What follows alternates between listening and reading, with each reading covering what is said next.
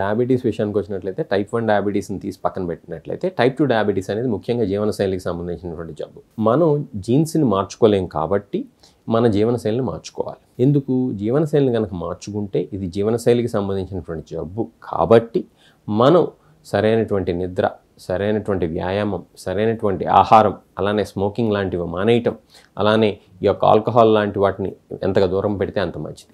ఇటువంటి చిన్నపాటి జాగ్రత్తలు కనుక తీసుకున్నట్లయితే తప్పకుండా మనం టైప్ 2 డయాబెటీస్ని కంట్రోల్లో పెట్టుకోవచ్చు. ఈ సూత్రాలే కొంతమేరకు టైప్ 1 డయాబెటీస్ కూడా వర్తిస్తాయి. కాకపోతే టైప్ 1 డయాబెటీస్ అనేది జీవనశైలికి సంబంధించినటువంటి జబ్బు కాదు, అది వేరే కారణాల వల్ల వస్తుంది, ఆటోఇమ్యూన్ కారణాల వల్ల వస్తుంది. టైప్ 2 డయాబెటీస్ విషయానికి వచ్చినట్లయితే జీన్స్తో పాటు ముఖ్యంగా ఈ యొక్క టైప్ 2 డయాబెటీస్ రావడానికి కారణం ఏంటంటే ఊబకాయం, మనం పాటించేటువంటి జీవనశైలి. కాబట్టి మనం అధిక బరువు ఏదైతే ఉందో దాన్ని తగ్గాలి, సరిగ్గా నిద్రపోవాలి కూడా. సరిగ్గా నిద్రపోకపోతే కూడా ఈ యొక్క ఉబకాయం, అలానే షుగర్ కంట్రోల్ ఉండదని చెప్పి సైంటిఫిక్ స్టడీస్లో బయటపడింది. అట్లానే స్మోకర్స్ విషయానికి వచ్చినట్లయితే కనుక స్మోకింగ్ వల్ల ఇన్సులిన్ రెసిస్టెన్స్ పెరిగి అలానే టైప్ 2 డయాబెటీస్ వచ్చేటువంటి రిస్క్ కూడా పెరిగేటువంటి అవకాశం ఉందని చెప్పి మన యొక్క సైంటిఫిక్ స్టడీస్లో బయటపడింది. కాబట్టి అలానే ఆల్రెడీ టైప్ 2 డయాబెటీస్ ఉన్నట్లయితే కనుక స్మోకర్స్లో బ్లడ్ షుగర్ కంట్రోల్ అనేది సరిగ్గా ఉండదని చెప్పి బయటపడింది. కాబట్టి స్మోకింగ్ అనే దాన్ని కూడా దూరం పెట్టాల్సినటువంటి అవసరం ఎంతైనా ఉంది.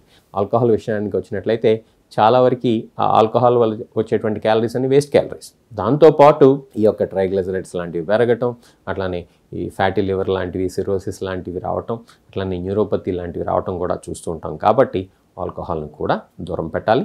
రోజు శ్రద్ధగా వ్యాయామం కూడా చేయాలి.